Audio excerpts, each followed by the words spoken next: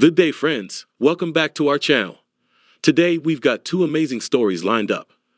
If you haven't already, please subscribe, and if you enjoy this video, please leave us a thumbs up.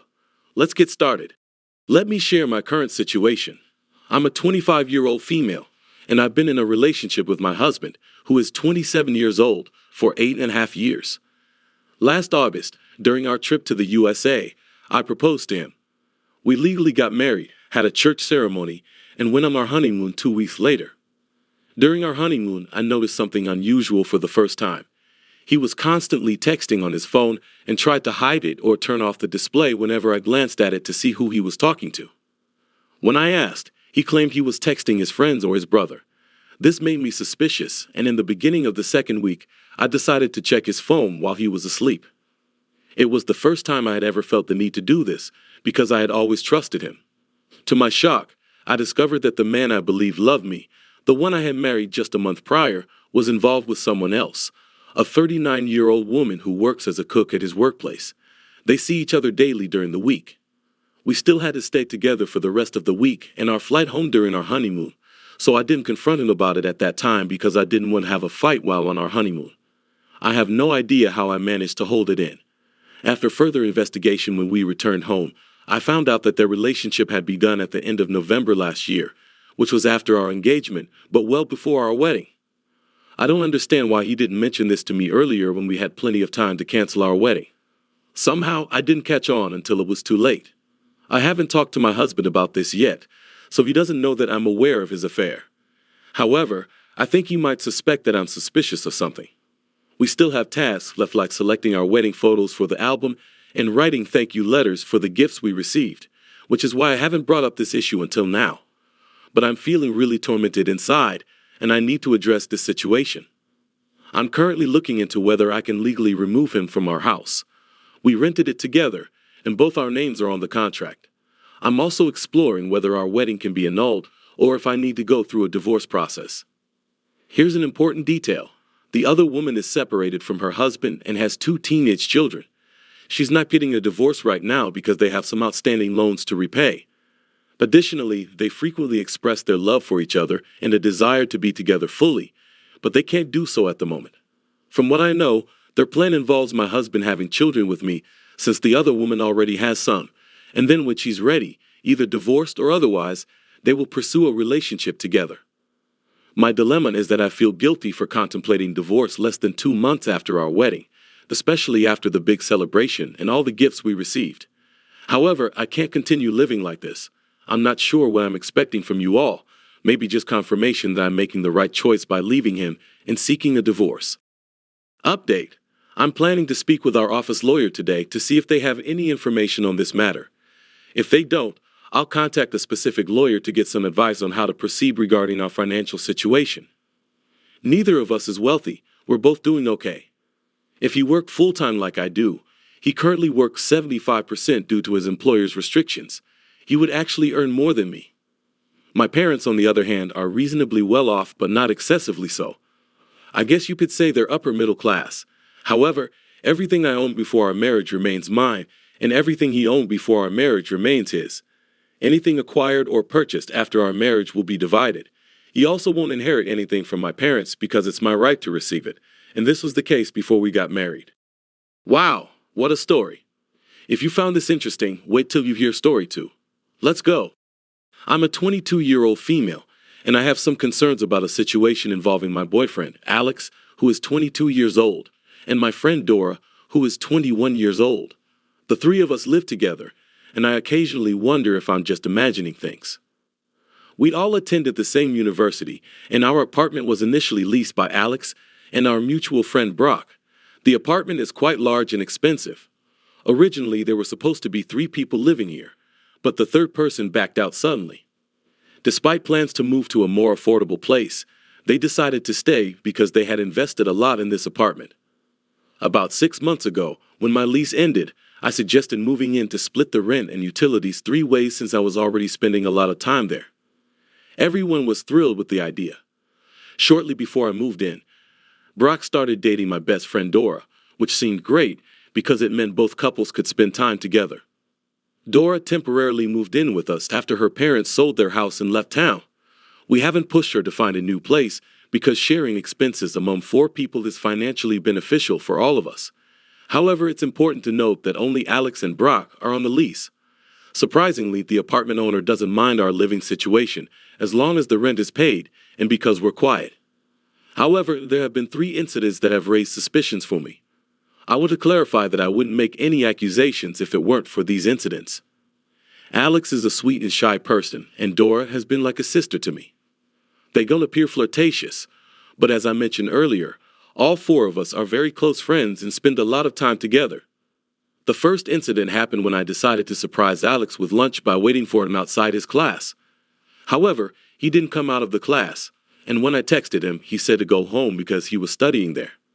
He didn't answer his phone promptly, which was unusual. Later, I found out that Dora was supposedly sick and staying home, which raised suspicions. The second incident involved finding a torn rubber wrapper in the kitchen trash. It was the same brand Alex and I use, and Dora typically uses a different one. It was unusual because we usually dispose of such items in our own room's trash cans. I brought it up to Alex, and he became unusually agitated, refusing to discuss it further. The third incident occurred when a neighbor mentioned that one of the couples in our apartment complex was into morning intimacy and the walls were too thin for their liking. This made me realize that Alex and I hadn't engaged in such activities in a while, which raised concerns. I'm unsure whether I'm overthinking things or if there's something going on. I'm hesitant to ask him directly because I don't want to appear jealous or paranoid. I'm considering dropping by when they're alone together one morning, but I'm unsure about the right timing. What should I do in this situation? Should I address my concerns directly or take a different approach? Update on the situation. Most of you recommended that I talk to Brock and consider confronting the situation. I decided to follow both pieces of advice. Sunday night, everyone was back in the apartment. I had planned to talk to Brock privately about our neighbor's comment, but before I could, he said something that completely contradicted my theory. He told Dora to go to bed early for work the next morning. I knew Dora had a job on campus, but she had always worked night shifts casually.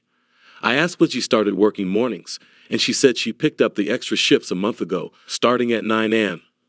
I leave for my day at 7:45 a.m., so it's possible I hadn't noticed. I spent the night trying to figure out if she was lying, if there were still mornings she was at home, or if Alex might be seeing someone else in the mornings, as some of you suggested. Maybe I was just being paranoid. I went to bed feeling drained and confused.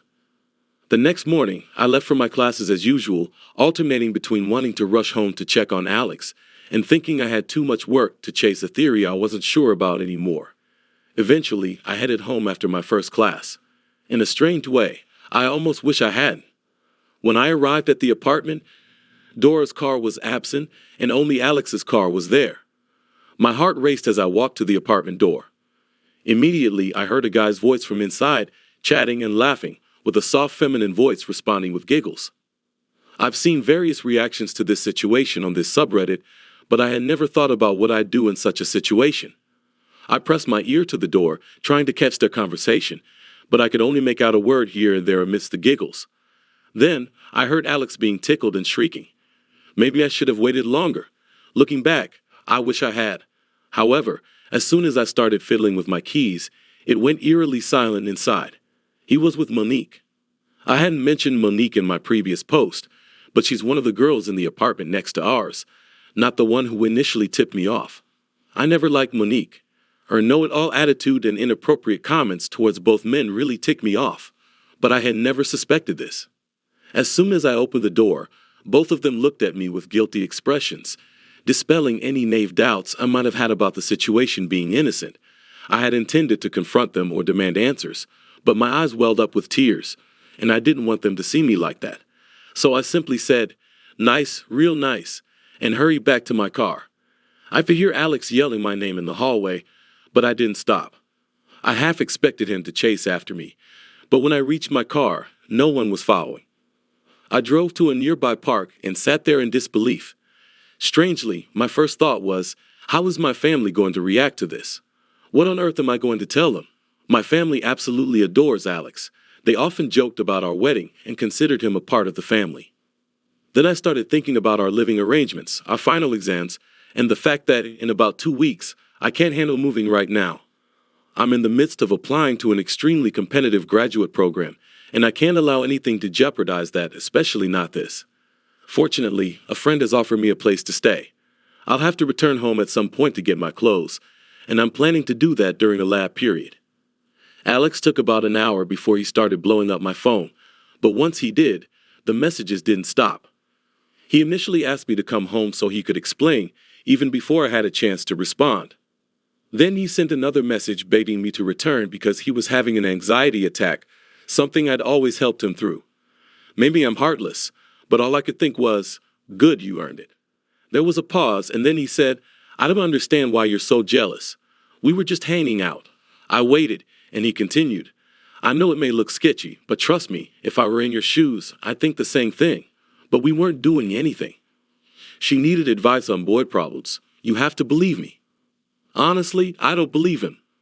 Normally, I feel a strange sense of satisfaction watching a cheater struggle to cover their tracks, but my mind kept replaying all the wonderful times we had together and wondering if he was cheating back then too.